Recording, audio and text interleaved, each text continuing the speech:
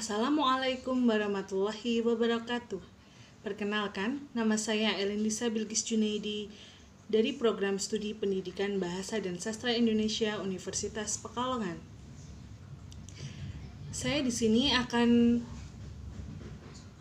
menjelaskan materi kelas 11 tentang teks prosedur. Apa sih teks prosedur itu? Teks prosedur merupakan teks yang berisi cara atau tujuan untuk membuat atau melakukan sesuatu hal langkah demi langkah yang tepat secara berurut-urut sehingga menghasilkan suatu tujuan yang diinginkan. Teks prosedur ini memiliki ciri khas, baik dari segi isi maupun dari segi bahasanya. Ciri khas dari segi isi berupa panduan langkah-langkah yang harus dilakukan. Lalu, adanya aturan atau batasan dalam hal bahan dalam melakukan kegiatan teks prosedur tersebut. Teks prosedur juga memiliki tujuan. Tujuan dari teks prosedur ini adalah memberikan petunjuk cara melakukan sesuatu di mana cara pengerjaannya itu menggunakan prosedur yang sudah ditentukan.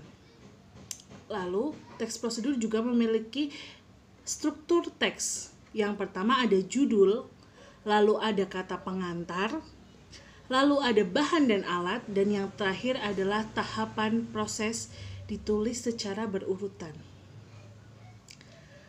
Selain itu, teks prosedur juga memiliki struktur yang berisi 3, yakni tujuan, langkah-langkah, dan penegasan ulang atau penutup. Teks prosedur memiliki 2 macam. Yang pertama, teks prosedur sederhana, lalu yang kedua adalah teks prosedur kompleks. Apa sih teks prosedur sederhana itu? Teks prosedur sederhana ini berisi langkah-langkah yang sederhana, umumnya terdiri atas 2 hingga 4 langkah saja. Contohnya, yakni prosedur menyalakan komputer. Di sini ada. Lalu, yang kedua, ada teks prosedur kompleks. Teks prosedur kompleks ini isinya lebih kompleks dari teks prosedur sederhana. Apa sih teks prosedur kompleks itu? Teks prosedur kompleks yakni terdiri atas banyak langkah yang setiap langkahnya berkaitan dengan langkah-langkah lainnya. Contohnya, prosedur pembuatan KTP, lalu ada prosedur mendaftar sekolah. Di sini. Ciri-ciri teks prosedur. Ciri-ciri teks prosedur ini ada beberapa langkah.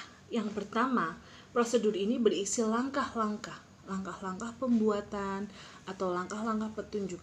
Lalu yang kedua, teks prosedur ini bersifat objektif. Lalu yang ketiga, teks prosedur ini harus dijelaskan secara detail. Teks prosedur juga bersifat akurat dan aktual. Selanjutnya, teks prosedur menggunakan kata kerja yang aktif. Lalu, teks prosedur juga menggunakan konjungsi atau kata penghubung.